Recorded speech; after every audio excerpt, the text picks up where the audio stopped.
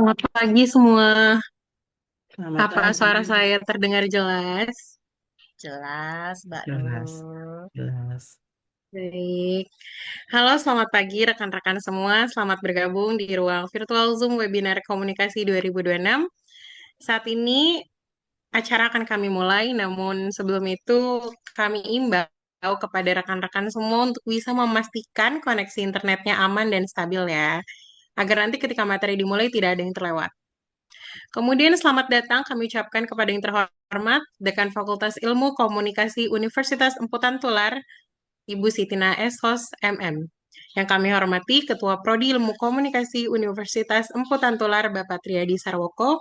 Yang kami hormati dosen pengampu mata kuliah Komunikasi Organisasi, penanggung jawab acara sekaligus salah satu narasumber kita hari ini, Ibu Serapina Tiur, Eshos MPD MIKOM. Yang kami hormati dan nantikan ilmunya yang luar biasa hari ini, narasumber expert kita Ibu Lasmauli Noverita Simarmata, SHMH, yang kami hormati Ketua Panitia Webinar, Saudara Riko Yulianto.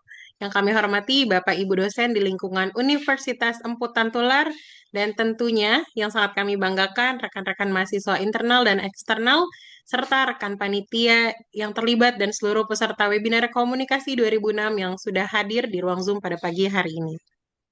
Assalamualaikum warahmatullahi wabarakatuh. Shalom, Om Swastiastu, Namo Buddhaya, salam kebajikan, dan salam sejahtera untuk kita semua.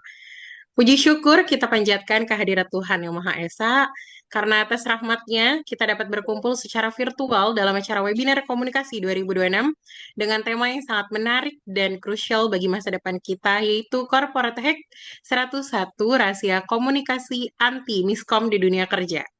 Perkenalkan, saya Nurlisma ini, mahasiswa Vkom Universitas Emputan Tular yang akan bertindak sebagai host atau MC yang akan memandu acara kita hari ini sampai selesai.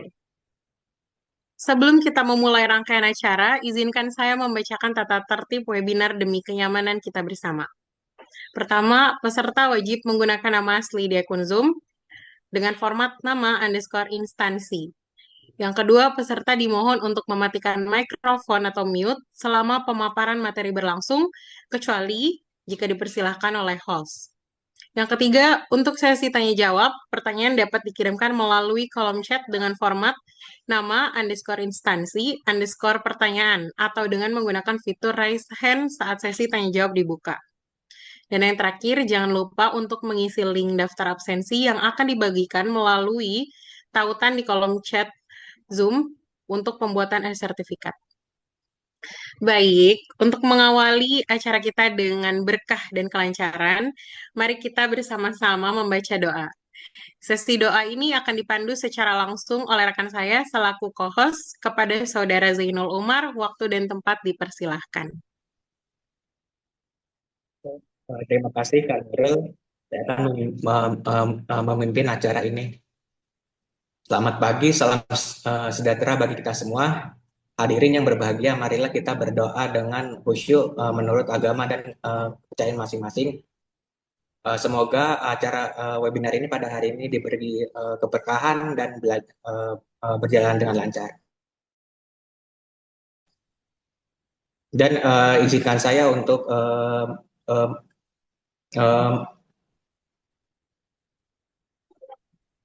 um, membantu tuntunan agama Islam. Bismillahirrahmanirrahim. Allahumma sholli ala sayyidina Muhammad wa ala ali sayyidina Muhammad. Walhamdulillahi rabbil alamin. Hamdan syakirin, hamdan naimin, hamdan yuafi ni'ama wa yukafi mazida. Ya Rabbana lakal hamdu kama yang bagi li jalali wajhikal karimi sultanik.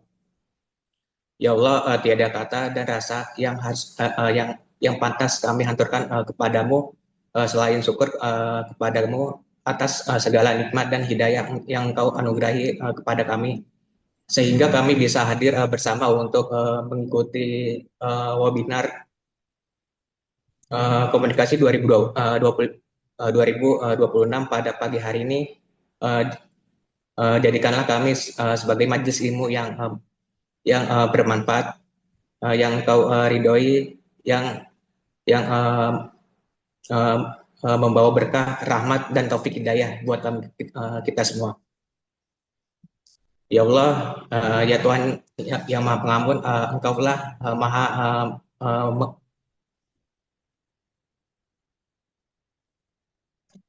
yang Maha mengetahui terhadap kelemahan kami, terhadap kekurangan kami. Maka dari itulah kami uh, menyembah dan kepada kamilah kami memohon ampun dan pertolongan. Rabbana atina fid dunya hasanah wa fil akhirati hasanah wa qina azabannar. Subhana rabbika rabbil izzati amma yasifun wa salamun alal mursalin walhamdulillahi rabbil alamin.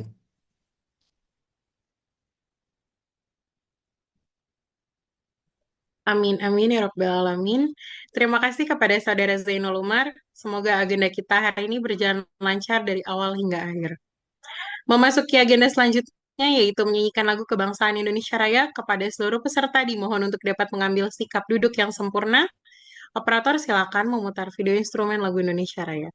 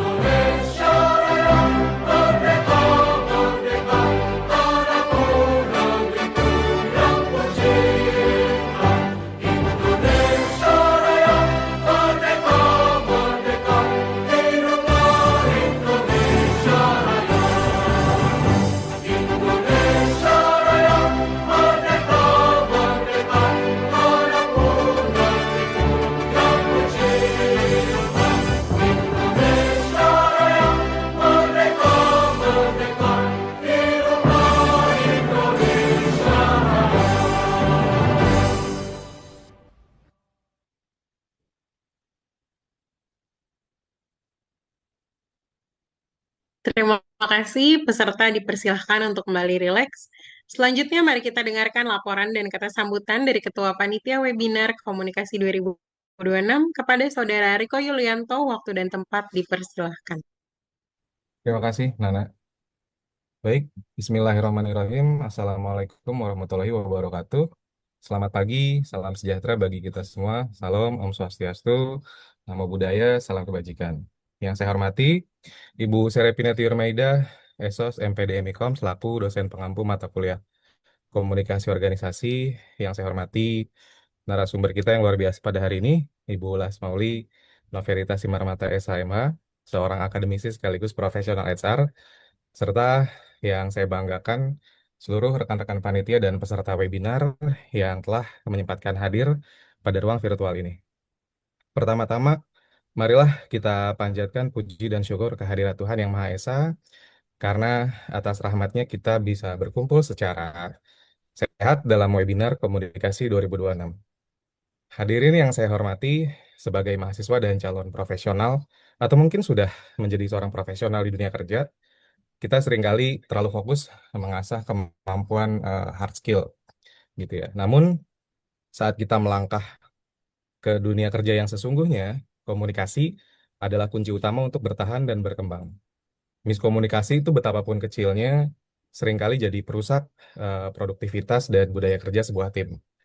Berangkat dari keresahan itu, maka kita mengusung tema yaitu rahasia komunikasi anti miskom di dunia kerja.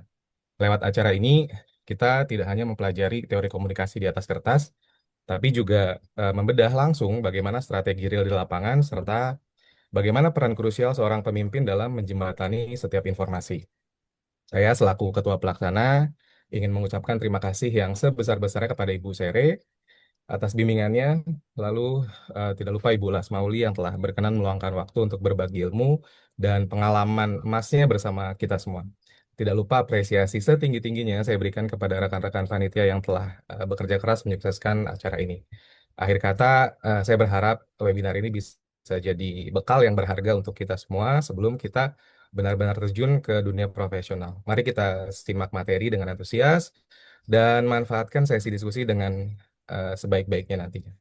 Selamat mengikuti webinar, semoga bermanfaat dan tetap semangat. Akhir kata, wassalamualaikum warahmatullahi wabarakatuh. Selamat pagi, waktu saya kembalikan kepada MC. Terima kasih. Terima kasih kepada Saudara Riko Yulianto atas sambutannya. Sambutan berikutnya akan disampaikan oleh penanggung jawab acara sekaligus salah satu narasumber kita hari ini. Beliau juga akan memberikan sedikit materi pembuka sebagai pengantar sebelum kita masuk ke sesi inti. Kepada yang terhormat Ibu Serepina Tirumaida, Esos MPDM IKOM, waktu dan tempat dipersilahkan. Iya, Assalamualaikum warahmatullahi wabarakatuh. Selamat pagi semuanya. Waalaikumsalam warahmatullahi wabarakatuh. Iya, Pagi, Bu. iya. Puji Tuhan ya, bersyukur hari ini kita bisa membuka tayangan webinar ini yang mana ini adalah hasil kerja keras tentunya ya. Namun sebelumnya saya mau menyapa yang terhormat Ibu Sitina selaku Dekan Fakultas Ilmu Komunikasi dan Bapak Triyadi Sarwoko selaku Kaprodi Ilmu Komunikasi, Ibu Lasmauli Noverita Simarmata SHMH yang telah berkenan mengisi webinar kita pada pagi hari ini. Semoga ini menjadi manfaat buat kita semua. Dan yang saya sayangi anak-anakku ya, Ketua Mas Riko, ya, Mbak Nurul, Mas Jainul Umar, dan rekan-rekan di belakang layar yang sudah mempersiapkan ini. Dan saya cukup bangga ya, bangga dan sangat terharu karena usaha yang tadinya nggak bisa, artinya sudah bisa ya. Dan bersyukur hari ini kita berbagi materi buat teman-teman di luar sana yang mungkin tidak tahu menjadi tahu hari ini. Terima kasih, semoga ini menjadi berkat buat kita semua. Terima kasih Mas Riko yang sudah mengkoordinir teman-temannya semua ya Mas Riko ya. Dan tentu di sini teman-teman mahasiswa yang baik dari internal dan eksternal yang sudah bersama kita, semoga ini menjadi manfaat juga dan tetap stay tune ya di webinar kita karena di akhir acara nanti akan mendapatkan rangkuman yang jelas dan tuntas oleh kami sebagai narasumber. Terima kasih buat semua. Wassalamualaikum warahmatullahi wabarakatuh. Selamat pagi semuanya. Baik, untuk acara ini saya membuka kegiatan webinar ilmu komunikasi. Semoga ini menjadi manfaat buat kita semua. Saya izin untuk tepuk tangan untuk membukanya, ya. Baik, terima kasih. Dan selanjutnya saya langsung Mbak Nurul atau bagaimana? Iya, Bu. Bisa langsung membuka. Oke, baik. Nah, terima kasih Mbak Nurul yang memberikan kesempatan pada Ibu ya. Eh, Hari ini kita akan mengupas sedikit ya. Saya hanya memberikan gambaran saja karena saya di sini di mata kuliah ini di komunikasi organisasi. Namun yang nanti lebih tajam, lebih menuntaskan itu adalah Ibu Lasmauli Noverita Simarmata SHMH yang akan sharing ya, berbagi pengalaman beliau kepada kita semua.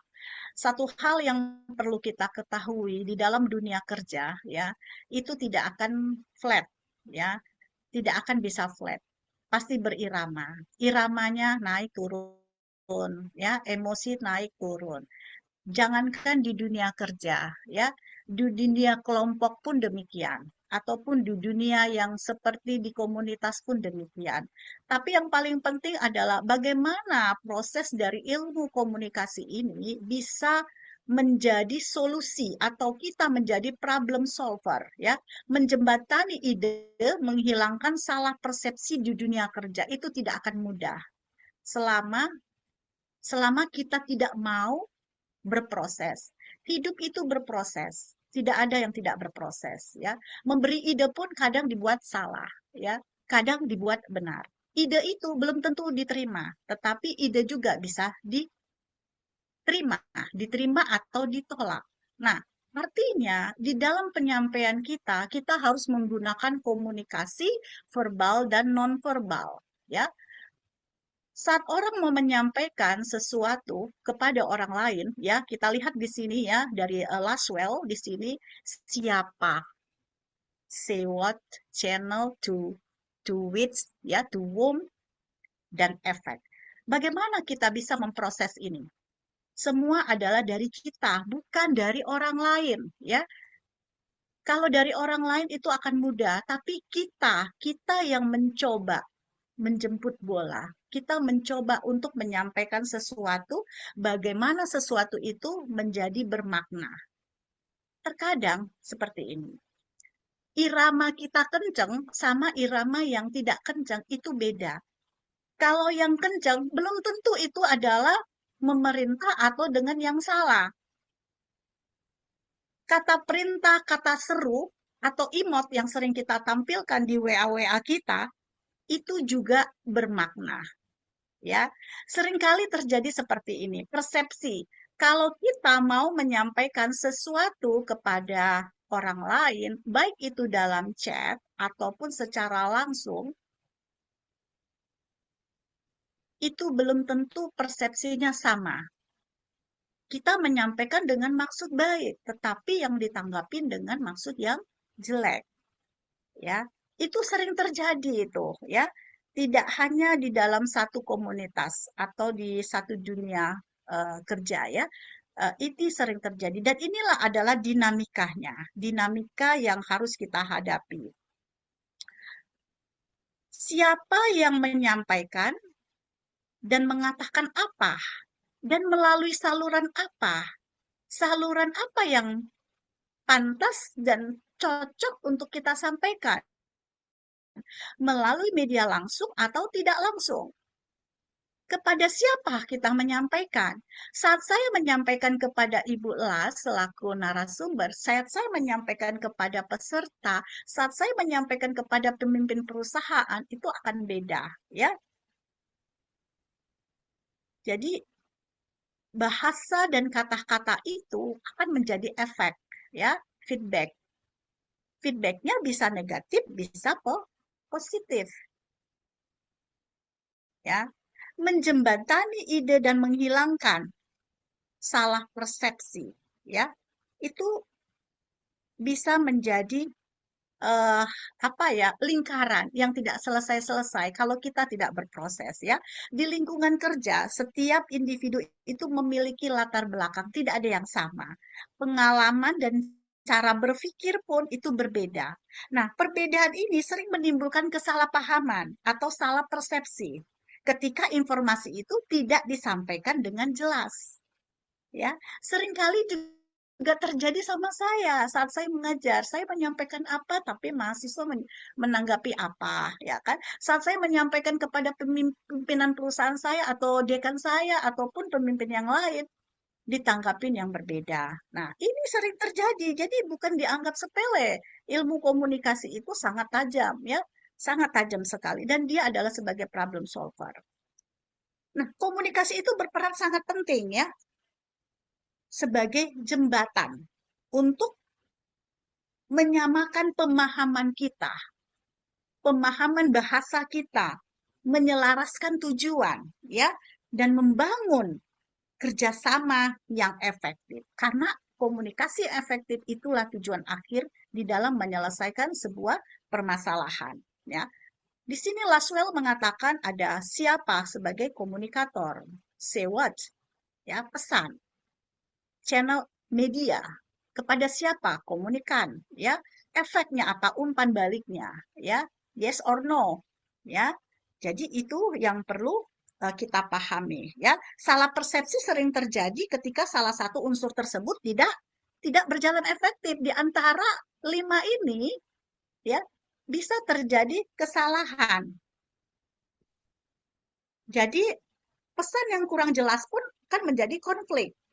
Dengan memahami model dari Laswell ini ya, sebuah perusahaan atau di dunia kerja memastikan bahwa pesan diterima sesuai dengan maksud sehingga apa?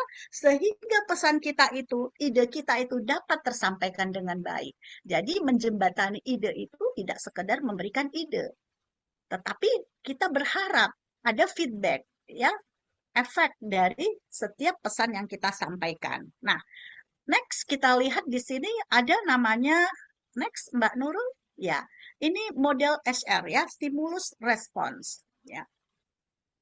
Di dunia marketing ya, ada namanya stimulus respon. Ada rangsangan lalu dia merespon. Dia membeli atau tidak membeli. Dia menyampaikan diterima atau tidak diterima. Itu stimulus respon. Model SR ya. Kalau kita kaitkan ini bahwa menjelaskan bahwa komunikasi merupakan proses pemberian rangsangan. Stimulus, namanya stimulus adalah rangsangan yang akan menghasilkan apa? Tanggapan. Ya, ada feedback yang tadi Laswell mengatakan ada tanggapan. Ya, ada penerima pesan. Apakah itu yes atau no ya? Nah, jadi di sini bentuk dari stimulus itu adalah instruksi kerja kita, ya, instruksi aktivitas kita, tindakan kita. Jadi arahan-arahan yang kita berikan sebagai komunikator memberikan rangsangan kepada si komunikan supaya komunikan bisa memberikan tanggapan respon rangsangan yang positif ya. Tidak mudah untuk menerima rangsangan positif. Saat seorang dosen ataupun seorang guru memberikan tugas ya, itu pun bisa terkadang menjadi negatif dan bisa menjadi positif. Nah, tetapi balik lagi dari proses pemahaman kita ya, efek yang kita harapkan adalah positif. Tapi apakah kita bisa jika suatu saat nanti ada yang menanggapi dengan negatif? Itu adalah tugas kita sebagai si komunikator. Bagaimana memahami, bagaimana memberikan pemahaman kepada si komunikan supaya komunikannya paham gitu ya, bahwa di balik itu semua adalah proses ya, proses belajar. Nah, jadi intinya begini ya, menjembatani ide dan menghilangkan salah persepsi di dunia kerja memerlukan komunikasi yang efektif ya. Jadi teori Laswell membantu memahami unsur komunikasi tadi, yang 5 tadi ya nak ya. Jadi dengan tepat sedangkan stimulus respon itu menjelaskan bagaimana pesan yang diberikan ya akan mempengaruhi respon penerima. Yang tadi bisa negatif, bisa positif ya.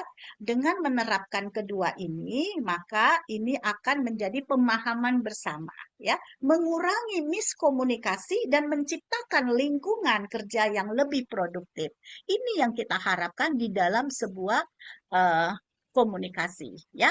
Nah, mungkin ini yang bisa saya sampaikan di dalam terapan ilmu komunikasi. Di akhir saya sampaikan bahwa ada ide yang baik akan kehilangan nilainya jika tidak dipahami dengan benar ya. Jadi ide yang baik itu akan kehilangan nilainya jika tidak dipahami dengan benar, maka simak ya. Karena itu mari kita fokus tidak hanya pada apa yang ingin disampaikan, tetapi juga bagaimana memastikan pesan tersebut dipahami dengan tepat, ya, dimaknai dengan positif. Disitulah kolaborasi yang efektif dimulai.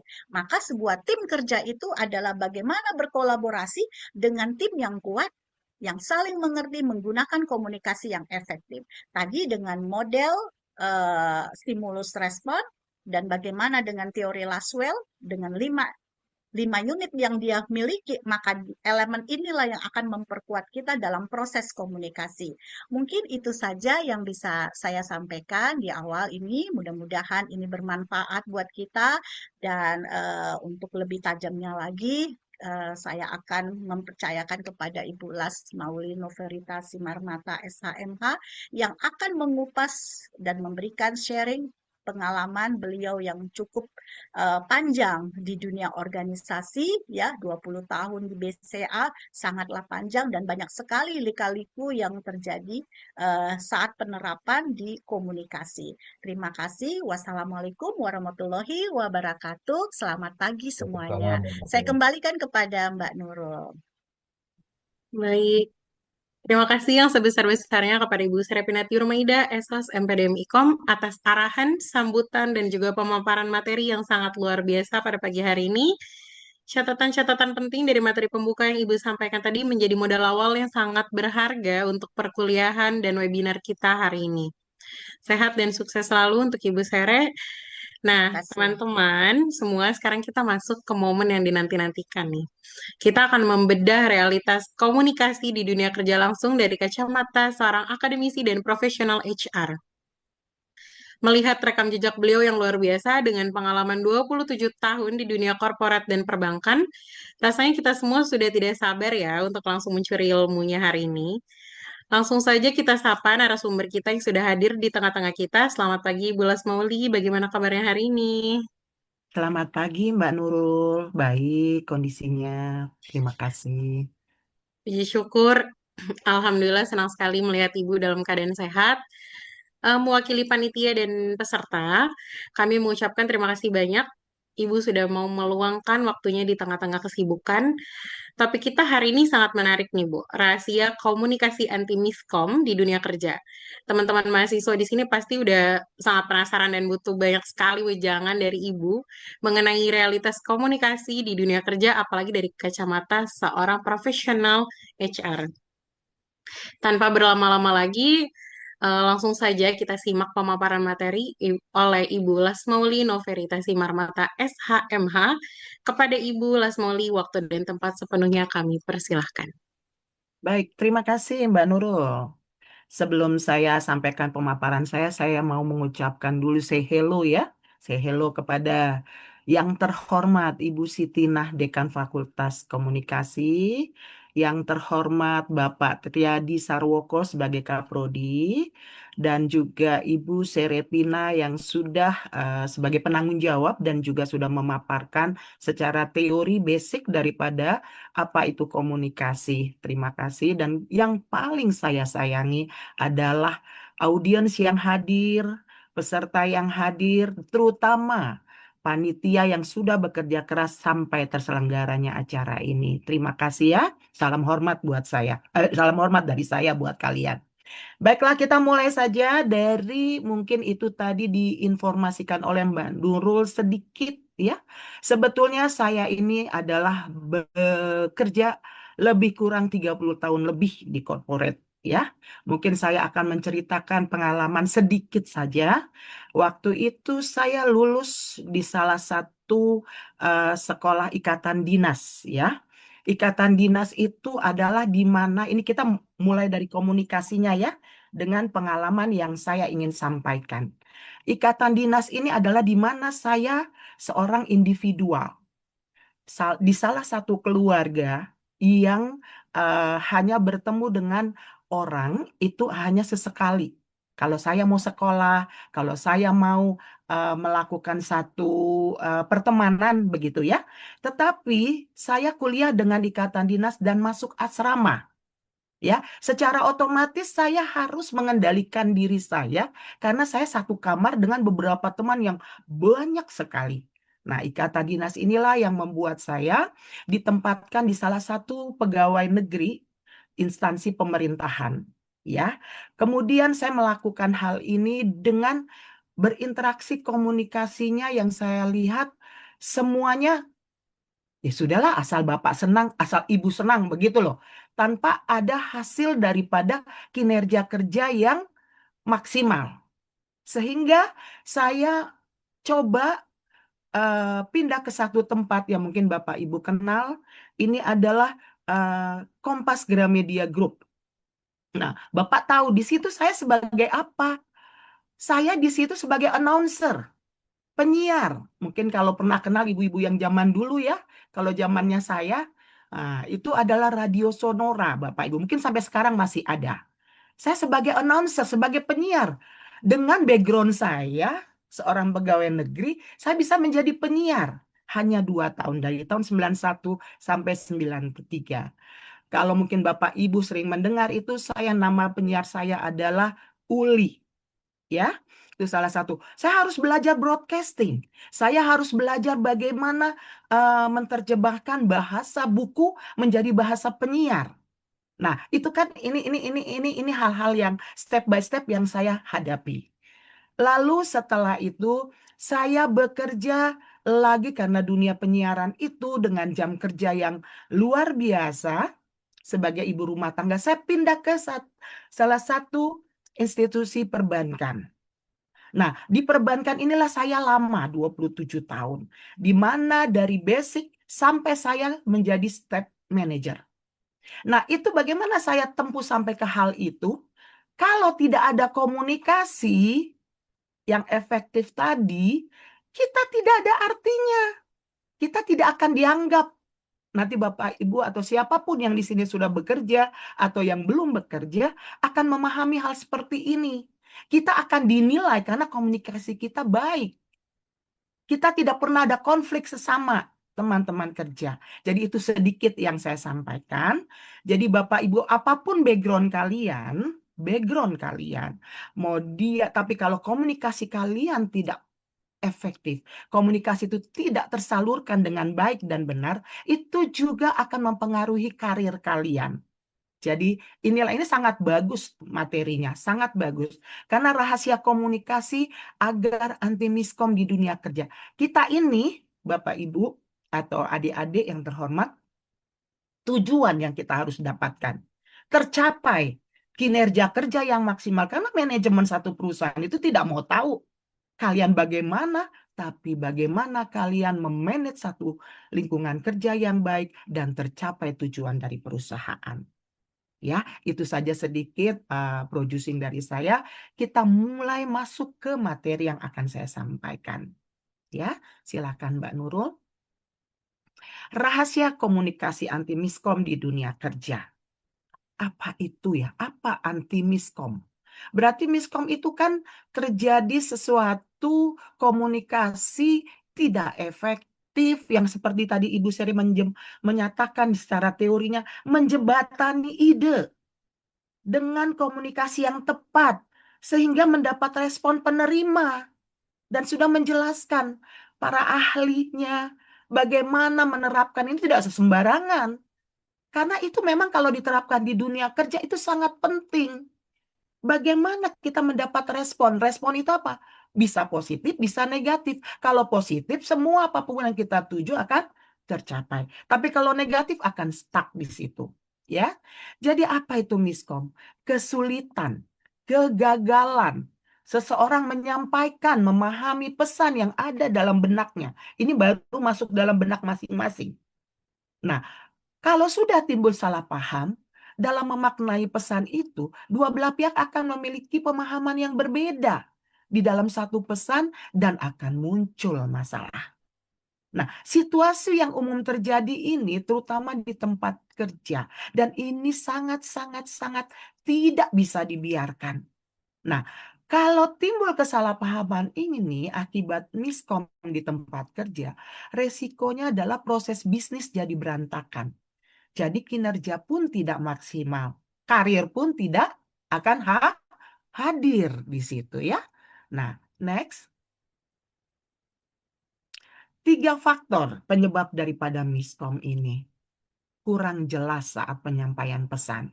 Di mana faktor ini seringkali memicu miskom. Ketika seseorang kurang jelas dalam menyampaikan pesan. Dan itu terjadi karena kesalahan bicara. Informasi penting yang mereka lupa, tertinggal.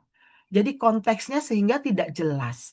Dan orang tersebut kesulitan dalam menyusun kalimat untuk diucapkan. Karena tidak memahami apa yang ingin diucapkan. Jadi permasalahan komunikasi tersebut bisa semakin parah jika menerima pesan hanya diam saja dan tidak mencoba mengecek atau mengklarifikasi pesan yang disampaikan sehingga timbullah miskomunikasi. Ya, next. Selain daripada penyebab pertama, kita juga ada perbedaan persepsi antara pengirim dan penerima, di mana perbedaan persepsi ini pihak pengirim menyampaikan informasi dengan jelas. Namun, pihak penerima ini tidak menyimaknya dengan baik dan menyeluruh. Nah, jadi tidak memahami inti dan tujuan daripada pesan komunikasi yang terjadi. Hasilnya apa? Orang tersebut memiliki persepsi yang berbeda dari maksud si pengirim pesan. Ya, itu perbedaan persepsi antara pengirim dan penerima. Next, yang berikutnya, gangguan dalam saluran komunikasi. Meski pihak pengirim dan penerima pesan sudah berkomunikasi dengan jelas, ternyata miskomunikasi tetap bisa terjadi. Penyebab gangguan ini adalah bisa saja dari saluran komunikasi. Misalnya via telepon, via WA, yang tidak bisa, kalau via telepon kan tidak bisa mendengar suara yang jelas, ya, sehingga kesulitan memahami ucapannya dan rawan menimbulkan permasalahan komunikasi. Di WhatsApp juga bisa saja. Karena kita maksudnya apa, tapi penerimanya itu berbeda. Jadi kalau sampai miskom ini terus-menerus terjadi di tempat kerja, dampaknya akan cukup bahaya. Karena apa? Tidak tersalurkan apa instruksi-instruksi yang disampaikan. Ya, next. Dampak, tadi penyebabnya. Sekarang dampaknya. Menyebabkan konflik interpersonal antar karyawan. Ya, yang telah disebutkan tadi kan miskomunikasi dapat menimbulkan kesalahpahaman di antara rekan kerja. Nah, ini situasi akan rentan menyebabkan konflik interpersonal antar karyawan, baik dalam bentuk ketidaksepakatan atau pertengkaran. Kalau sampai terjadi berulang kali, hal tersebut akan berisiko merusak kepercayaan antar karyawan. Nah, misalnya Bapak Ibu dengan rekan kerja, nanti sulit akan bekerja sama karena sudah ada konflik interpersonal tadi, sehingga tidak terbangun hubungan yang baik. Ya, itu konflik antar karyawan karena komunikasi tidak tersampaikan dengan baik. Next, yang berikutnya dampak miskom di tempat kerja. Pekerjaan akan terhambat. Ya, tadi terjadi hubungan yang tidak baik antar karyawan. Pekerjaan pasti terhambat. Di mana salah memahami briefing dari klien. Misalnya kita seorang marketing. Misal output kerjanya jadi tidak sesuai. Dia maunya ini gitu ya. Klien kita. Ternyata hasilnya karena terjadi miskom tadi, pekerjaan jadi terhambat, terus kemudian ada revisi-revisi yang berulang kali, itu pasti akan terjadi. Sehingga rekan kerja itu membutuhkan hasil kerja itu yang ada partnya. Mungkin kamu mengerjakan ini karena tadi kan sudah ada konflik interpersonal. Sehingga pekerjaan terhambat. Ya, padahal seharusnya itu bisa dibagi kerja berdasarkan output yang baik nantinya. Nah, ini sehingga dapat menghambat proses-proses kerja ke depannya. Ya. Berikutnya, dampak miskom di tempat kerja, penurunan produktivitas dalam tim. Ya. Nah, tadi antar interpersonal, antar karyawan, kemudian dengan klien juga jadi bermasalah atau hasil kerja jadi bermasalah sehingga memperlambat waktu target kerja. Nah, kalau yang berikutnya adalah penurunan, otomatis akan produktivitas kerja dalam tim itu akan menurun. Karena kenapa?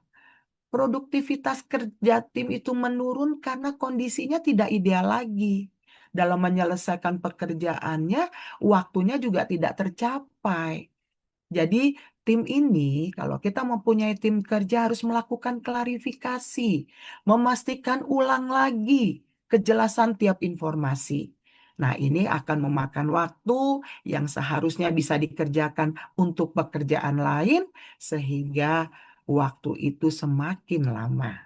Next, berikutnya dampaknya keterlambatan proyek atau pekerjaan yang diserahkan ke kita akan terjadi keterlambatan karena waktu itu tadi. Sehingga kesalahpahaman ini sangat-sangat krusial. Sehingga mengakibatkan hasil kerja kurang sesuai dengan briefing di awal. Mau tidak mau harus merevisi pekerjaan dan akibatnya proyek kerja pun terpaksa mundur sehingga deadline yang ditetapkan juga mundur dan tidak memuaskan bagi orang yang memberikan pekerjaan. Next, pembengkakan biaya proyek itu pasti. Dari sisi materi, karena keterlambatan, biaya proyek ini akan membengkak. Jadi perusahaan harus mengeluarkan biaya tambahan. Padahal biaya tersebut tidak termasuk dalam anggaran awal proyek. Dengan kata lain, miskomunikasi beresiko merugikan perusahaan secara finansial. Next. Nah, dampaknya juga kita bisa mendapatkan informasi yang kurang akurat. Ya, jadi penerimaan pesan memiliki pemahaman yang kurang tepat, informasi yang didapatkan juga kurang akurat, informasinya salah, berdampak buruk terhadap kualitas kerja. Bayangkan saja, jika seseorang menggunakan informasi yang salah untuk mengambil keputusan bisnis, bukan cuma performa bisnis yang terdampak, tapi juga reputasi perusahaan antar perusahaan lain. Ya, next. Nah, contoh komunikasi di tempat kerja, Ibu membuat salah satu contoh ya. Ada salah satu perusahaan advertising agency. Ini mendapatkan proyek membuat konten media sosial untuk klien ABC. Sebagai akun eksekutif atau marketing ya, akun eksekutif itu ada konsultannya. Si Talia ini bertugas menyampaikan brief dari klien kepada tim produksi konten. Ia pun menjadwalkan rapat dengan tim produksi untuk membahas hal tersebut. Klien ABC memiliki kontrak 6 bulan dengan advertising agency. Mereka ingin dibuatkan 12 konten feed untuk akun Instagram mereka. Maksud klien ABC adalah 12 konten per bulan selama 6 bulan. Namun Talia tidak menjelaskan konteks tersebut. Tim produksi menganggap bahwa klien ABC butuh 12 konten saja untuk 6 bulan atau masing-masing 2 konten per bulan. Nah, ketika hari H-nya pengiriman konten, ini Talia kaget karena tim produksi hanya membuat 2 konten yang berulang-ulang dalam 6 bulan. Barulah setelah itu kedua pihak sama-sama menyadari kesalahan masing-masing. Yakni Talia tidak menjelaskan konteks dan tim produksi tidak melakukan konfirmasi briefing ya. Jadi mau tidak mau, Talia terpaksa memundurkan jadwal pengiriman konten ke klien ABC. Kejadian ini pun membuat klien ABC mempertanyakan kualitas agensi. Akibatnya apa? Mereka ragu untuk kembali menggunakan layanan agensi tersebut. Nah, selain kisah Talia tadi, sebetulnya masih banyak contoh-contoh miskomunikasi lain di tempat kerja. Kabar baiknya, kamu bisa meminimalisir hal tersebut selama tahu cara mendeteksi dan mengatasi miskomunikasi tersebut. Itulah kita hadir di sini. Ya, next. Cara mengatasi seperti apa? Kenali dulu tanda-tanda miskomunikasi ini. Dengan begitu, kamu bisa cepat mengambil tindakan jika menerima kondisi tersebut. Umumnya ya, di tanda-tanda miskom di tempat kerja ini cukup seragam, hampir sama sebetulnya. Mungkin ada beberapa di antaranya yang perlu kita perhatikan. Karyawan yang melakukan silent treatment. Jadi diem-dieman ya antar karyawan ya, itu akan terjadi. Adanya sikap yang pasif agresif, ya sudahlah biarin aja orang itu project dia, kita cuma bantu kan begitu ya, karena tidak adanya komunikasi yang atau tidak dihargai mereka sebagai satu tim. Jadi karyawan bingung karena brief yang kurang jelas dari pemimpin tim. Jadi informasi yang overload. Kamu kerjaan ini, kamu kerjaan ini, kamu kerjaan ini yang nggak jelas. Sehingga itu bertumpuk. Bisa saja karena dia dekat, misalnya saya dekat sama Ibu Serepina. Ibu Serepina kerjain 4 ini project. Ya itu nggak baik juga, harus dibagi karena kita punya tim. Ya, jadi ini overload yang akan terjadi. Karyawan cenderung pasif saat menerima informasi itu pasti. Tapi produktivitas kerja ini akan semakin menurun. Revisi kerja meningkat. Banyak proyek kerja yang mundur dari deadline. Inilah konflik antar karyawan. Jadi kita harus mengenal dulu tanda-tanda miskomunikasi ini. Next, berikutnya apa saja? Apalagi? Ini paling penting. Atasi konflik interpersonal antar karyawan. Konflik interpersonal antar karyawan ini sering terjadi. Ajaklah karyawan yang bersangkutan untuk bicara.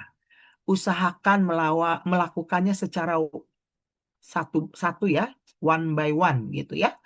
Agar mereka lebih leluasa menyampaikan sudut pandang masing-masing. Jangan kita sampaikan di depan tim. Dengarkan rekan kerja dengan baik. Pahami akar permasalahan. Kemudian tinjau kembali peraturan perusahaan terkait masalah-masalah yang terjadi. Kemudian pastikan kamu tetap berpikir tenang dan objektif. Jangan sampai kalau seandainya kalian ketua tim atau atasan mereka itu memihak satu sama lain. Karena ini pasti akan memperlambat penyelesaian masalah. Jika perlu kamu juga meminta bantuan HRD untuk menangani konflik tersebut.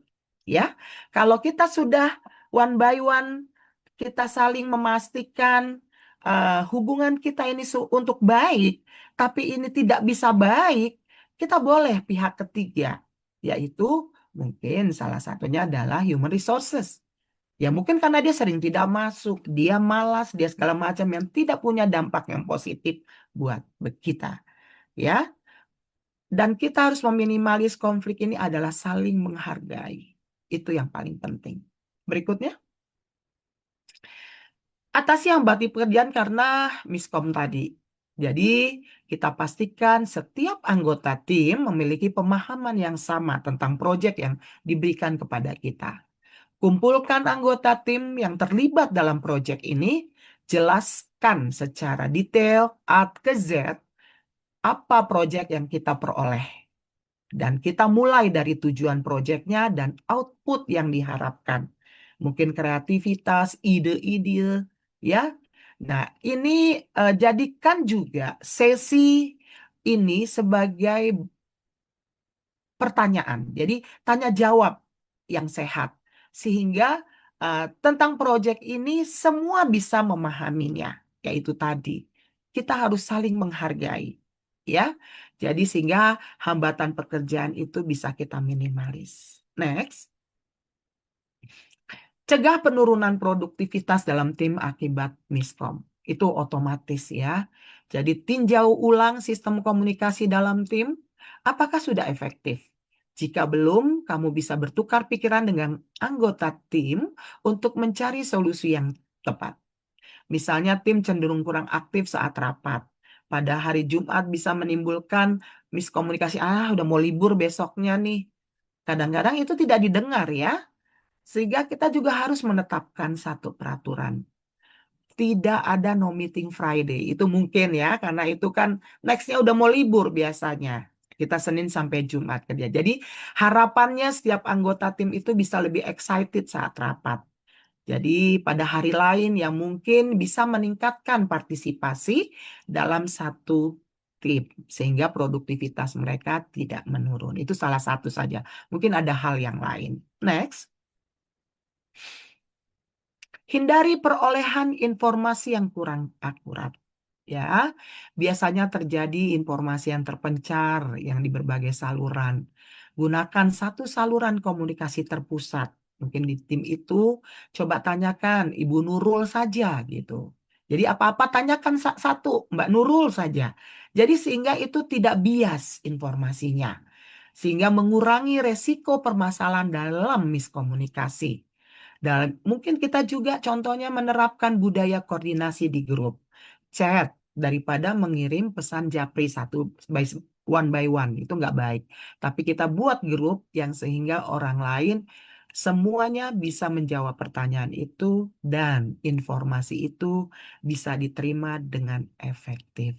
Sehingga seluruh anggota mengetahui hasil koordinasi dan update yang terbaru masalah proyek atau pekerjaan.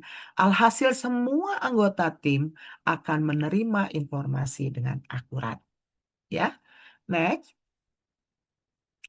Jadi itu tadi bagaimana solusi daripada meminimalis miskomunikasi. Nah, kalau teknik komunikasi yang efektif di kantor itu bagaimana? Kita harus memperhatikan lawan bicara.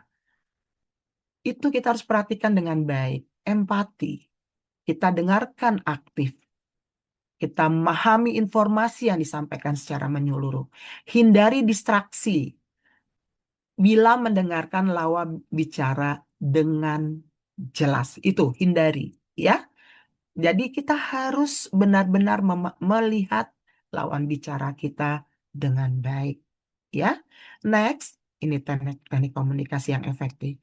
Bersikap antusias terhadap lawan bicara. Selalu berpikir positif. Tunjukkan bahwa kita antusias berkomunikasi dengan mereka. Sekali-sekali menganggukkan kepala, mengeluarkan reaksi oh, sebagai tanda bahwa kamu memperhatikan lawan bicara. Ya. Next, kita menunjukkan kepedulian ini dengan rasa hormat. Tadi Bu Seri mengatakan mahasiswa dengan dosen. Apalagi kalau kita melakukan bimbingan skripsi. Ya, kalau dosennya menjelaskan apa-apa detail-detail pengkoreksian skripsi, kita harus memahami detail-detail koreksi itu tadi sehingga dosen tidak capai. Besok baru dilihat koreksinya atau koreksinya tidak dijalankan, ya. Nah, itulah ada peduli, rasa hormat, ya. Ada hormati lawan bicaranya sebaik mungkin. Jangan sampai kamu tidak memperhatikan mereka.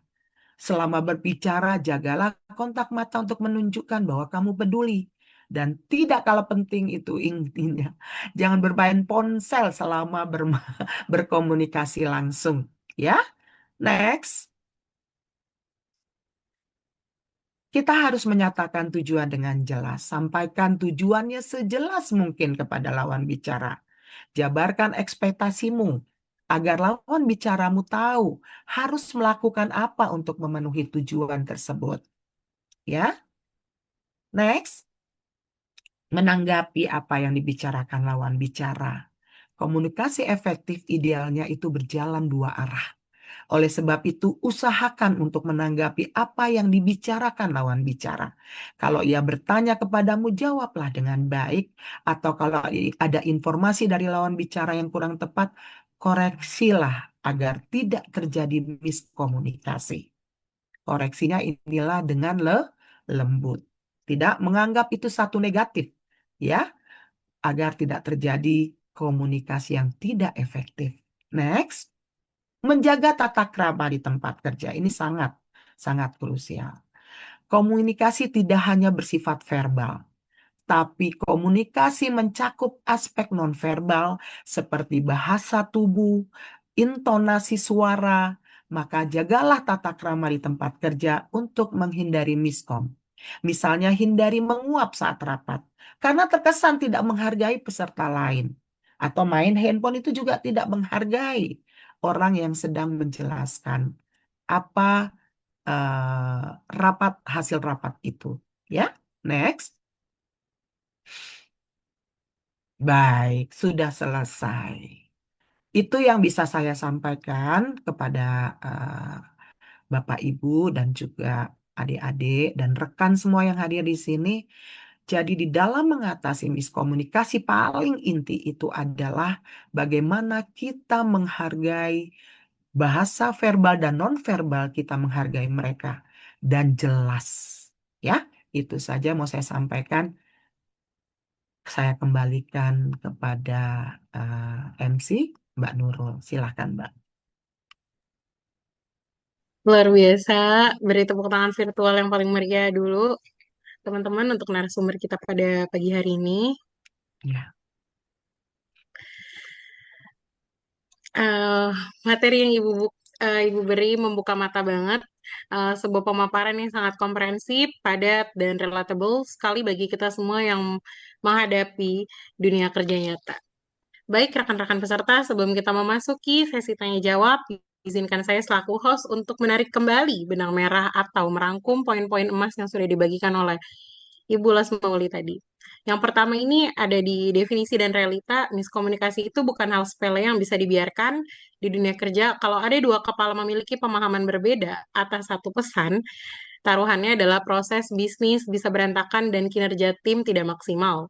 Yang kedua, ada faktor penyebabnya. Ternyata miskom ini dipicu oleh tiga hal utama. Penyampaian pesan yang kurang jelas, informasi menggantung, adanya perbedaan persepsi karena penerima tidak menyimak utuh, serta gangguan teknis pada saluran komunikasi. Kemudian dampak dominonya apa? Dampaknya luar biasa berbahaya untuk korporat, mulai dari konflik interpersonal, antara karyawan, pekerjaan terhambat, penurunan produktivitas tim, proyek terlambat, hingga yang paling fatal adalah terjadinya pembengkakan biaya proyek yang merugikan perusahaan secara finansial. Keempat, studi kasus. Dari contoh menarik yang Ibu sampaikan tentang Thalia tadi, kita belajar satu hal penting, jangan pernah berasumsi. Penting sekali untuk menjelaskan konteks secara detail bagi tim produksi untuk selalu melakukan konfirmasi ulang atas briefing yang diterima agar reputasi tim di mata klien tetap terjaga. Kemudian yang terakhir, solusi konkretnya. Ibu Lasmauli tadi mengajarkan kita trik HR untuk mendeteksi tanda miskom seperti adanya silent treatment atau revisi yang mendadak meningkat, serta cara mengatasi melalui obrolan one by one, secara objektif, serta menciptakan safe space bagi tim untuk saling melakukan konfirmasi ulang. Sekali lagi, terima kasih banyak Ibu Lasmauli atas ilmunya yang sangat luar biasa ini.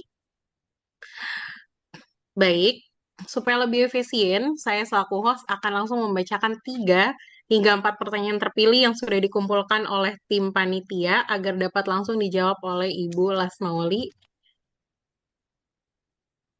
Eh, mau langsung saya bacakan 3-tiganya atau satu-satu, Ibu? Boleh, 3-tiganya nggak apa-apa. Boleh. Ya. Yang pertama, ini pertanyaan dari teman-teman melalui WhatsApp. Yang pertama, bagaimana menghadapi rekan kerja yang toksik tapi rajin? Yang kedua, eh, boleh saya ulang atau lanjut kedua, Ibu? Boleh kedua. Oke. Yang kedua, di era digital saat ini, tantangan komunikasi apa yang paling sering terjadi? Kemudian, strategi apa yang paling efektif untuk mengatasinya? Oke. Oke. Kemudian yang ketiga, bagaimana cara seseorang yang terbiasa dengan hal tidak serius atau tidak formal, banyak bergurau, dan baru ingin memulai berbicara serius agar bisa lebih didengar, tidak sedang bercanda di dalam lingkup yang sama, bermain intonasi, ekspresi, atau bagaimana? Karena kalau di lingkungan A, misalkan kita banyak bercanda, itu seperti susah ingin mengubah karakternya untuk menjadi lebih formal atau serius. Oke. Oke. Terima kasih. Baik. Baik, mungkin saya agar pertama dulu ya, rekan kerja toksik dengan pertanyaan ketiga ini sama ya sebetulnya ya. Mungkin saya rangkumkan saja. Rekan toksik itu banyak. Bisa dia tidak rekan yang hanya bermain-main saja ya, itu sama. Dan kemudian kadang-kadang kita pada saat serius melakukan satu proyek kerja, justru dia yang menjadi hambatan kita. Juga rekan toksik itu aja, mungkin itu begitu akan sering terjadi. Nah, bagaimana kita mengatasinya? Itu yang tadi saya sampaikan, ya, di mana di dalam proses, dalam pemahaman itu kita harus menunjukkan satu kepoweran kepada mereka. Ya, kenapa banyak mahasiswa juga terhadap dosen, kalau dosennya juga sering bercanda, mereka tidak menghargai. Itu kembali ke kita. Kita memimpin, kita sebagai ketua tim, ya. Kalau serius-serius, tidak serius, kita ada. Kadang-kadang kita sebagai dosen juga merangkul mahasiswa. Kadang-kadang kita juga pada saat kita melakukan satu sesi materi, kita harus tegas. Karena kenapa? Agar mahasiswanya juga memahami apa materi yang kita sampaikan, tidak bermain-main. Nah, sebetulnya paling inti adalah kombinasi antara sikap profesional, proteksi mental yang kuat, ya, dari kita dan tindakan yang terukur. Kita kembalikan ke diri masing-masing. Tujuannya agar apa? Pekerjaan beres dan kesehatan mental kita juga tidak terganggu ya dengan orang-orang di sekeliling kita itu tadi. Tapi Pertanyaan pertama, itu jika rekan kita yang toksit ini rajin, kita pakai dia. Karena dia rajin. Tapi ya dia suka toksit, mengeluh lah, apalah. Bahkan dia menjadi hambatan-hambatan tanpa disadari di dunia kerja. Nah, paling inti solusinya apa menghadapi teman-teman yang seperti ini? Nah, ini aja juga dua. Tidak serius. Mungkin dia juga rajin. Tidak serius, tapi dia malas. Ada dua. Dia toksit. Toksit ini banyak. Pokoknya gangguan-gangguan di dunia kerja. Tetapi dia rajin. Gangguan-gangguan di dunia kerja tetapi dia malas. Kalau yang malas sudah kita singkirkan dari tim. Itu pasti. Kalau saya dari pengalaman saya, sudah dia bermasalah dalam tim, saya akan laporkan sebagai ketua tim. Saya akan menggantikan posisi-posisi orang-orang yang tidak serius, orang-orang yang toksit, tetapi dia tidak rajin. Itu pasti. Kalau di dunia kerja itu. Tapi kalau dia rajin, kita masih bisa pakai kerajinannya. Ada value yang bisa kita pakai. Tapi dengan apa cara kita sebagai teman kerja bikin batasan yang tegas kepada dia. Dan kita harus mental kita atau emosi kita kontrol. Jangan terpancing emosi dengan sikap-sikap dia yang membuat kita memicu deadline kerja kita tidak terselesaikan. Nah, kemudian kita dokumentasikan masalah-masalah itu tadi. Bagaimana mendokumentasikan? Karena memang ya, kenapa seorang human resources selain psikologi, dia itu ada hukum. Karena dia harus ada bayi bukti. Kesalahan-kesalahan setiap tim kerjanya. Sehingga dia tidak asal melapor. Dia tidak akan melapor kalau tidak mau dipindahkan dianya. Misalnya teman kerja kita pindahkan karena dia toksik.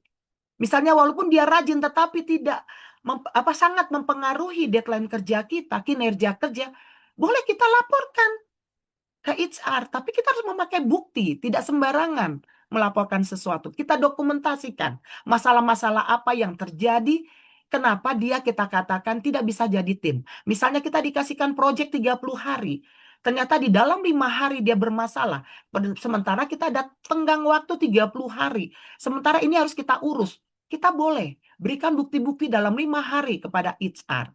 Sehingga dia bisa digantikan, sehingga ditaruh di posisi yang mungkin cocok dengan dia. Tidak bisa di tempat-tempat yang serius. Nah, komunikasi asertif tadi, bagaimana secara asertif? Sopan tapi tegas. Kita boleh tegur teman kita. Kita ulangi 1, 2, tapi kalau sudah 3 kali kita give it up.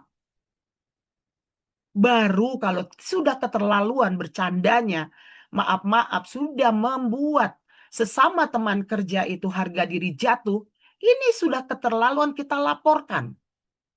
Kita laporkan dengan atasan kita yang menjadi pelindung daripada proyek ini. Jadi libatkan HRD itu tadi boleh.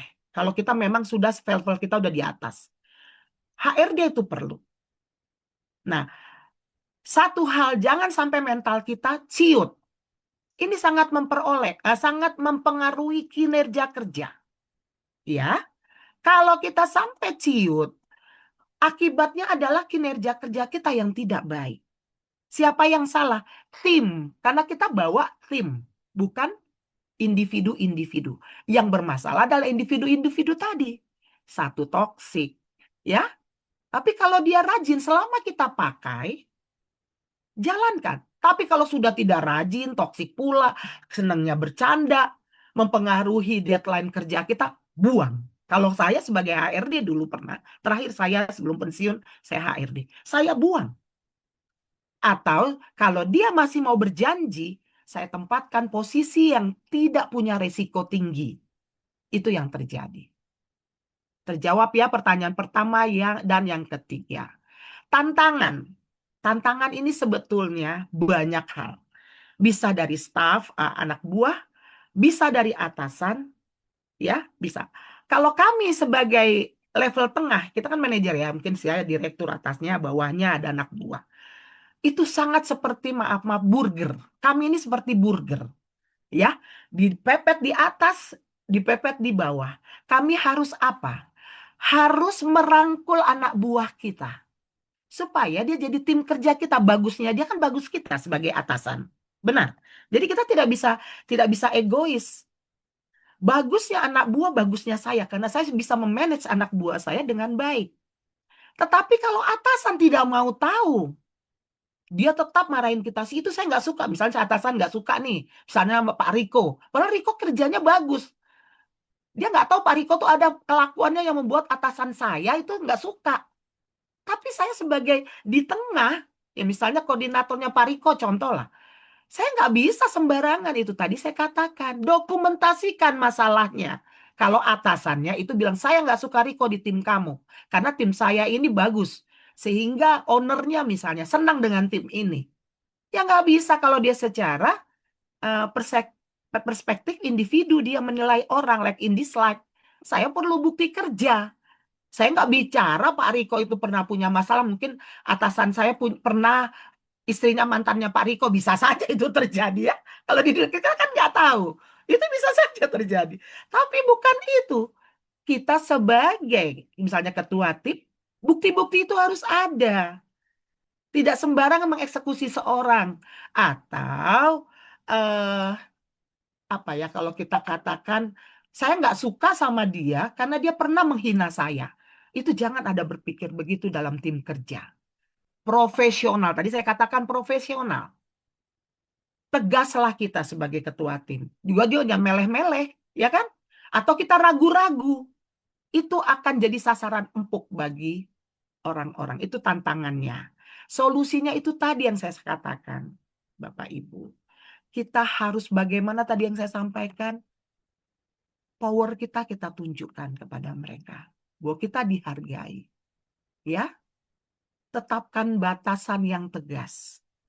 Interaksi kita, dan kita fokus pada tujuan perusahaan. Jangan terpancing emosi. Kalau sampai kita emosi, kita sama dengan mereka. Tidak bisa mengendalikan emosi. Ya. Kemudian dokumentasikan kembali lagi masalah-masalah itu. Komunikasikan secara asertif, sopan tapi tegas. Kalau sudah keterlaluan laporkan ke pihak berwenang. Kan kadang-kadang maaf ya. Bukan adu argumentasi lagi. Kadang-kadang suka adu fisik ya. Benar nggak Bapak Ibu? Karena saya selalu, kalaupun kita baik-baik, dia gerem sendiri nih lawan bicara kita. Bukan begitu Pak. Dia tidak mau dipermalukan. Ada yang seperti itu. Sehingga dia tanpa sadar emosi dan menggebrak meja, memukul kita. Itu bisa terjadi. Tapi itu tadi kita laporkan. Dokumentasikan masalahnya. Itu saja ya. Kalau saya kembalikan lagi dari 3 pertanyaan itu, sudah menjawab apa yang saya alami di dunia kerja. Silakan. Baik, Ibu. Terima kasih. Tapi sebelumnya ada salah satu pertanyaan yang tertinggal yang Mm-mm. baru saja masuk dari teman kita di Zoom ini dari Mas Handika Mariko. Silakan. Gimana pertanyaannya, Bu, ada nggak trik, Bu, ada triknya nggak cara ngobrol dengan atasan biar tidak canggung? Iya, iya. Terima kasih, Riko. Benar. Kita sebagai anak buah, mindernya itu duluan ya. Sebelum sebelum ngomong. Padahal ingat, kalian punya ide, itu ide kalian itu harus kalian pelihara. Kita nggak tahu. Sama seperti kita dosen. Dosen aja, kita cari yang lebih simpel ya. Nanti baru kita ke yang perusahaan. Kita audiens kita, mahasiswa kita, itu bukan mahasiswa yang fresh graduate SMA. Belum tentu semua. Ada yang sudah bekerja. Bahkan mungkin misalnya saya mengajar, contoh misalnya hukum perusahaan, contoh, saya mengajar hukum perusahaan. Padahal dia owner perusahaan. Dia sudah punya pengalaman, tapi dia pingin sekolah hukum misalnya. Ya, kita nggak bisa. Kenapa? Saya selalu bertanya dulu, identitas daripada anak buah saya atau identitas mahasiswa saya. Itu saya perlu tahu. Karena apa? Kenapa saya selalu mengambil CV mereka kalau untuk di perusahaan? Kalau di mahasiswa saya selalu ada perkenalan. Karena sebagai ukuran buat saya, anak buah itu jangan dianggap sebagai anak buah. Belum tentu. Dia punya pengalaman kerja mungkin lebih mumpuni. Atau mahasiswa lebih mumpuni daripada saya. Saya secara teoritis menguasai semua. Tetapi prakteknya mereka lebih menguasai. Nah, itu harus kita hargai. Nah, biasanya kalau di dalam mengajar, kita mengadakan diskusi, bukan lagi satu materi yang kita sampaikan ke mahasiswa. Kalau di dunia kerja, CV mereka itu adalah acuan buat saya. Tapi ini pertanyaannya, bagaimana mengobrol atasan biar tidak canggung? Ingatlah teman-teman, atasan itu manusia juga. Atasan itu karena dia saat ini lebih senior. Kalau di dunia kerja pegawai negeri senior ya. Kalau di swasta enggak. Siapa yang bagus itu akan diangkat. Anggap saja kalau kalian bagus, punya nilai, ide-ide yang baik, kenapa tidak? Nah, boleh kita sampaikan kepada atasan kita. Bapak, tapi dengan sopan. Ingat ya, atasan hal-hal yang kesopanan itu, attitude itu sangat dihargai oleh atasan. Kalaupun atasannya itu tidak mau mendengarkan, kalian cukup menyatakan terima kasih Bapak Ibu. Kalau mau ngomong Bapak Ibu atau Bapak atau Ibu, apakah ada waktu izin? Itu sopan. Biar nggak canggung. Nah, pada saat ngobrol kita dengarkan. Jangan kita menggurui atasan. Itu paling nggak bisa. Walaupun atasan kita tahu dia lemah. Dia punya kelemahan. Saya tahu kok ini. Jangan sampai hal-hal seperti itu kalian lakukan. Karena apa? Dengarkan dulu atasannya bicara. Kita tanyakan dulu. Tadi kita mau mengobrol ya. Selamat pagi Bapak, mohon izin. Saya ada masalah. Boleh saya minta masukannya Pak? Hargai dulu atasan kita. Seandainya tidak sesuai dengan kita, izin Pak. Misalnya apakah sebaiknya? Ya, sebaiknya. Jangan katakan itu ide kita. Apakah tidak sebaiknya Pak? Apakah sebaiknya kita buat seperti ini Pak? Oh iya, coba, saya mau dengarkan apa masukan kamu. Pasti atasannya akan mendengarkan. Tapi kalau kalian bilang, Pak, Bapak salah ini Pak, seharusnya Bapak begini Pak, ini. Nah, hargai dulu atasan kalian. Hormati dia dulu. Attitude kalian. Sehebat apapun kalian, dia masih lebih beruntung. Ya, setua-tuanya atasan kalian, dia lebih beruntung tetap atasan kalian. Hormati, walaupun kalian punya kompeten, punya ide kreatif yang sangat bagus. Kalaupun dia mengambil ilmu kalian, hargai dia karena dia atasan kalian. Percayalah kalian, ilmu-ilmu kalian itu akan terlihat jika kalian sabar, tidak emosi. Tidak apa atasan, karena memang dia atasan kalian.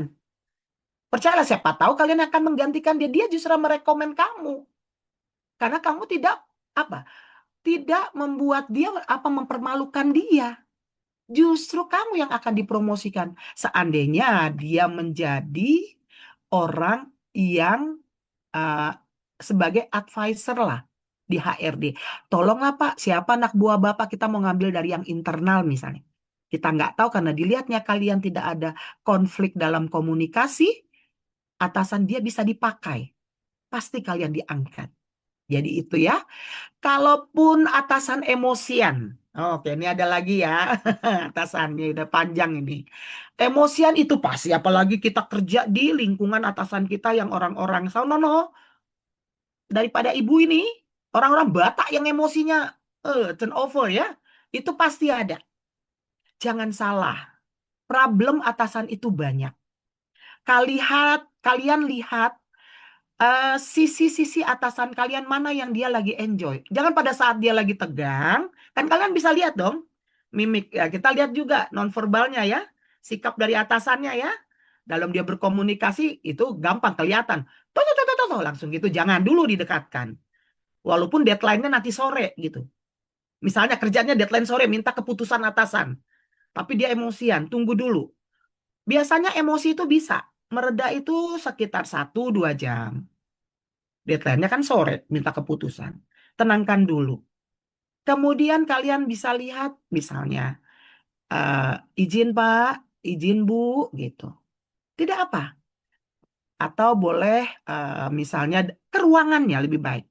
Tapi kalian lihat dulu dia sudah kondusif atau tidak. Ya. Dan kalau atasan emosi, kalian harus mengendalikan emosi kalian. Jangan ikut-ikutan emosi, bisa adu tumbuk nanti ya. Nah, walaupun kalian tidak salah, tapi di mata atasan kalian salah, sabar dulu. Tadi saya bilang apa? Dokumentasikan masalah-masalah itu tadi. Kalian pun bisa melaporkan atasan kalian, tapi dengan bukti yang akurat. Tidak fit? Nah, ya, itu tadi saya katakan. Terjawab ya, Pak siapa tadi yang bertanya? Handika, ya. Triknya itu. Jadi triknya kita lihat sikap dari atasan kita, jangan kita terpancing emosi, ya. Kita sabarkan diri dulu sebelum menerima atasan. Kalau kita ingin menyampaikan ide-ide kita, tunggu atasan kita bisa menerima atau tidak. Ya, oke. Baik, Ibu. Jerano ya, apa langsung sama atasan karena emosian itu ya, Jerano sama Handiko. Terima kasih pertanyaannya. Silakan kembali lagi ke Mbak Nurul. Oke, Ibu. Masih ada. Ini teman-teman di Zoom ini antusiasmenya tinggi banget ya, Bu. Terima Jadi saya kasih. jadi semangat. Ya, Eh, Masih ada satu pertanyaan lagi dari Nur Eka Sari. Izin Bu, bagaimana kalau atasan suka berbicara dua kali? Hari ini A, besok B. Bagaimana pelin-pelan menyikapinya? lah ya. Ya, oke. Sering itu. Sering, sering, sering. Kalau pelin-pelan itu simple, simple. Ya, di dalam dunia kerja. Kalau dia menginstruksikan kita sesuatu atau informasi, minta parafnya, minta tanda tangannya. Saya punya buku saku loh. Saya pernah loh, atasan saya ini karena tahu dia tidak menyampaikan ke saya, ya, sering tidak menyampaikan ke saya, tapi pada saat terjadi kesalahan, dia tidak mau disalahkan. Saya sudah sampaikan ke Ibu Lasma katanya. Loh, ini kita harus ada buku saku. Tapi gini, Bu, supaya tidak salah, tapi awalnya kita tetap hargai. Supaya instruksi Ibu tidak salah, instruksi Bapak tidak salah. Mohon paraf, Bu, instruksinya, informasinya. Supaya saya menjalankannya lebih enak. Ya, itu saja. Jadi kita punya pegangan. Seandainya dia menyalahkan kita, boleh kita adu argumentasi. Loh, saya kan nggak disampaikan ini kok yang penyampaian Ibu. Ah, lebih enak nggak? Nah, itu jawabannya. Kalau saya punya buku saku ke atasan, tanggal sekian saya catat, atau email. Izin Bu, tolong dikonfirmasi ulang. Tugas yang lisan secara lisan yang Ibu sampaikan, itu juga sudah bukti. Kalau dia tersinggung pakai buku, ya. Kita pakai email, sekarang sudah ada. Selamat pagi Bu, email kan. Izin Bu, pada saat Ibu panggil saya cuma mereview saja Bu, supaya saya tidak salah, saya suka lupa. Asalkan diri dulu ke atasan. Izin ya Bu, oke misalnya. Nah itu bukti bahwa dia hanya informasikan ini. Oke-nya saja sudah jadi bukti. Ya, terjawab ya? Silakan. Terjawab, Ibu. Terima kasih atas jawaban yang telah Bu Lasma berikan. Mungkin selanjutnya saya serahkan ke Bu Sere. Mungkin mau ada tambahan atas pertanyaan-pertanyaan yang tadi diberikan oleh audiens. Waktu dan tempat saya persilahkan kepada Bu Sere Pina. Ya, baik, Mbak Nurul. Terima kasih diberi kesempatan sama Ibu. Terima kasih Bu Lasmauli ya yang sudah Ya, memberi jawaban sama-sama. tajam ya. Iya. Setajam silat loh ini Bu Lasma ya. Sudah kukus tuntas loh ini Iya, ya. Min. Nah, jadi mungkin saya sedikit menambahkan di dalam ilmu komunikasi seperti yang tadi saya sampaikan ada Laswell itu ya, 5 elemen yang kita harus terapkan ya. Komunikator, pesan, channel, ada komunikan dan ada feedback ya. Maka yang diharapkan adalah feedback tadi. Nah, feedback itu bisa dengan menggunakan komunikasi verbal dan komunikasi nonverbal yang tadi sudah dipaparkan oleh kita juga ya. Komunikasi verbal dengan kata-kata, komunikasi nonverbal ya dengan ekspresi, bahasa tubuh ya, dengan mimik, dengan emot ya. Kalau Bu Lasma tadi melihat emot tadi itu merupakan sebuah apa ya, sebuah respon yang positif gitu ya. Artinya bahwa respon yang kita harapkan ya seperti itulah kepada orang lain, kepada kita. Nah, intinya di dalam komunikasi verbal dan nonverbal tadi ada model namanya adalah stimulus respon. Ada rangsangan ya dikaitkan dengan namanya tujuan dari sebuah komunikasi media ya. Eh, ada namanya kognitif, pesan yang disampaikan secara kognitif, ada yang disampaikan dan dibuat dengan rasa afektif, dengan emosionalnya, dengan rasa, dengan cintanya. lalu diakhiri dengan behavioral, yaitu perilaku, perubahan perilaku. Contohnya tadi, kalau kita dengan pimpinan kita, artinya apa yang harus kita lakukan? Sikap kita kan, bagaimana kita bisa memilah kepada siapa lawan bicara kita, kepada dosen, kepada teman, atau sejawat. Saya pernah mengalami begini ya, karena saya ini orangnya kucuk sana kucuk sini gitu ya, supel di sana sini gitu.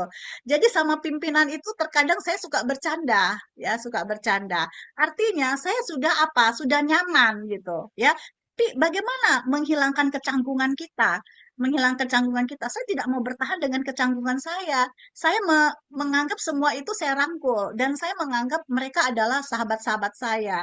Dan artinya di dalam sebuah forum pimpinan, saya pun harus bersikap bahwa beliau saat ini adalah bukan sobat saya, tapi pimpinan saya.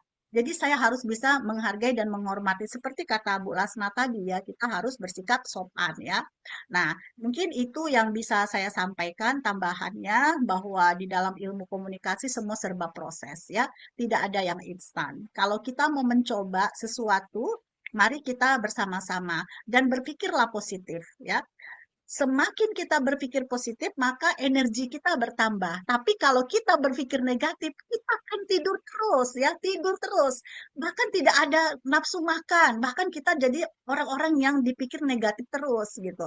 Jadi mari kita berpikir positif dan tambahkanlah ilmu dan wawasan kita dengan lingkup ilmu komunikasi yang mungkin pada saat ini kita sudah banyak sekali mendapatkan materi paparan yang luar biasa. Mungkin itu ya Mbak Nurul, terima kasih. Saya serahkan kepada Mbak Nurul.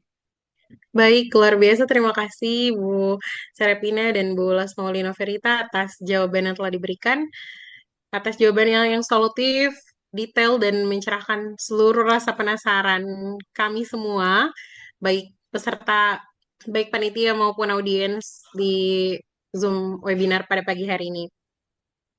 Kemudian tidak terasa sesi diskusi kita berjalan dengan sangat interaktif dan seru sekali. Sebelum kita mengakhiri sesi bersama narasumber hebat kita, kami memohon kesediaan dari Ibu Lasmauli untuk dapat memberikan closing statement, satu pesan penutup, atau mungkin quote andalan untuk menyemangati kami, para mahasiswa dan peserta yang hadir pada pagi hari ini. Kepada Ibu Lasmauli, saya persilahkan. Terima kasih Mbak Nurul. Closing penutup saya ada sedikit 1 menit mungkin ya. Ingatlah bahwa komunikasi yang efektif bukanlah bakat bawaan, melainkan keterampilan yang bisa kita latih. Di dunia kerja yang dinamis, kemampuan kita memahami rekan kerja adalah kunci utama untuk mencegah miskomunikasi.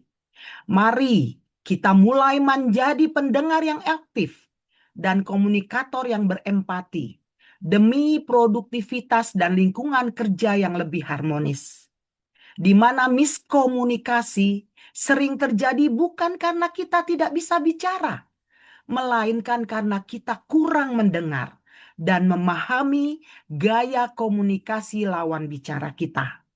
Harapan saya setelah webinar ini, Anda bisa langsung menerapkan teknik komunikasi anti miskom di divisi masing-masing, ya, atau dimanapun Anda berada. Miskomunikasi adalah musuh utama produktivitas dan kolaborasi tim. Komunikasi yang jelas dan terbuka adalah investasi terbaik untuk kesuksesan perusahaan dan Anda. Mulai hari ini, mari pastikan pesan yang kita sampaikan sejelas instruksi yang kita terima. Sebelum saya akhiri, saya ingin memberikan satu pesan. Jangan biarkan asumsi merusak kerja tim. Harus konfirmasi dan terbuka. Saya kasih pantun 1. Beli mangga di pasar buah. Cakep. Cakep. Jangan lupa beli sukun. Cakep. Mari kita akhiri acara ini. Semoga ilmunya berguna dan tekad kita semakin tekun. Amin. Mari kita ciptakan budaya kerja anti miskom. Saya Lasmaulina Verita Simarmata pamit undur diri. Terima kasih banyak atas antusiasmenya. Sampai jumpa di sesi berikutnya. Tuhan berkati. Assalamualaikum warahmatullahi wabarakatuh. Terima kasih semuanya. Terima kasih, Terima Ibu. kasih Kak Lasma. Ya. Selanjutnya saya serahkan juga kepada Bu Serapina, mungkin ingin memberikan close statement-nya atau quotes untuk teman-teman semua di Zoom webinar pada pagi hari ini. Ya, baik. Terima kasih Mbak Nurul. Saya hanya menyampaikan rasa ucapan terima kasih kepada semua rekan-rekan yang masih stay tune ya, kepada panitia, kepada Bu Lasma yang cetar, yang menyampaikan banyak sekali sharingnya pada pagi hari ini. Eh, Mungkin di sini saya sampaikan komunikasi yang baik bukan hanya tentang berbicara, ya, tetapi juga tentang memahami dan membuat orang lain merasa didengarkan. Itu mungkin dari Ibu. Ya, Mbak Nurul, terima kasih. Baik, terima kasih, Bu. Rekan-rekan peserta sekalian, akhirnya kita telah sampai di penghujung acara webinar komunikasi 2026. Terima kasih banyak atas antusiasme yang luar biasa dari awal hingga akhir.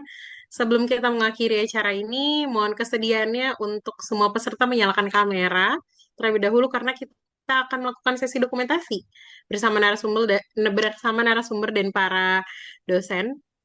Operator silakan dipandu.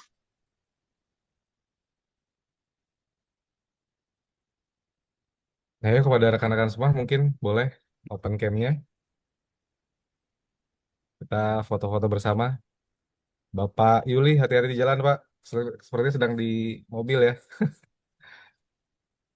Oke, semuanya. Ini sudah nggak ada lagi atau sudah cukup? Oke, Oke, teman-teman. 1, 2, 3. Ya, sudah. Baik, terima kasih Mas Riko. Mas Riko boleh minta tolong untuk di-share flyer terkait eh, pembukaan pendaftaran mahasiswa baru di UMT. Oke, sebentar. Mungkin Ibu Serapina mau melakukan announcement, Sosialisasi ya. ya, Oke, baik. sosialisasi. Baik, terima kasih Mbak Nurul yang memberikan kesempatan pada saya. Saya mewakili dari Universitas Semputan Tular ya. Di sini untuk tahun ajaran 2026-2027 di bulan September nanti kita sudah membuka pendaftaran mahasiswa baru di mana kelas pagi yang sangat diprioritaskan dari angka 960.000 menjadi 300.000 rupiah. Dan untuk ini dengan 4 fakultas yang tersedia, yaitu Fakultas Hukum, Ekonomi, Teknik, dan Ilmu Komunikasi. Selamat bergabung teman-teman dan mohon di-share dan dibagikan kepada teman-teman di luar, mungkin dari keluarga, relasi, dan rekan-rekan di sana ya. Terima kasih. Saya kembalikan kepada Mbak Nurul. Baik, terima kasih Bu Sere. Boleh teman-teman yang tertarik terhadap penerimaan mahasiswa baru angkatan 2026-2027 boleh di screenshot dan dihubungi admin yang tersedia di flyer tersebut.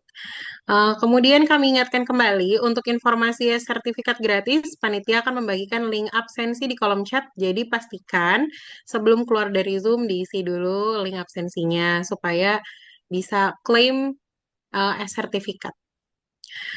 Saya Nurlisnaini selaku host beserta seluruh jajaran panitia yang bertugas memohon maaf apabila terdapat kekurangan selama memandu acara hari ini. Sekian dari kami dan terima kasih. Wabillahi taufiq wal hidayah. Wassalamualaikum warahmatullahi wabarakatuh. Om Shanti Shanti Om. Salam kebajikan. Sampai jumpa di webinar berikutnya. Selamat siang, teman-teman. Terima kasih. Terima Terima kasih kasih, semuanya yang terima sudah kasih gabung. Terima kasih Bulas, Bu Mbak Lasma, Nurul, Bu Mas Tere, Riko. semua teman-teman Makasih sekalian. Riko. Terima Ya, kasih. sama Mbak Nurul. Makasih. Iya, terima kasih Bu. Sehat-sehat semuanya ya. Sehat-sehat Ya, Bu. Sukses sehat-sehat Ibu. anak-anakku ya.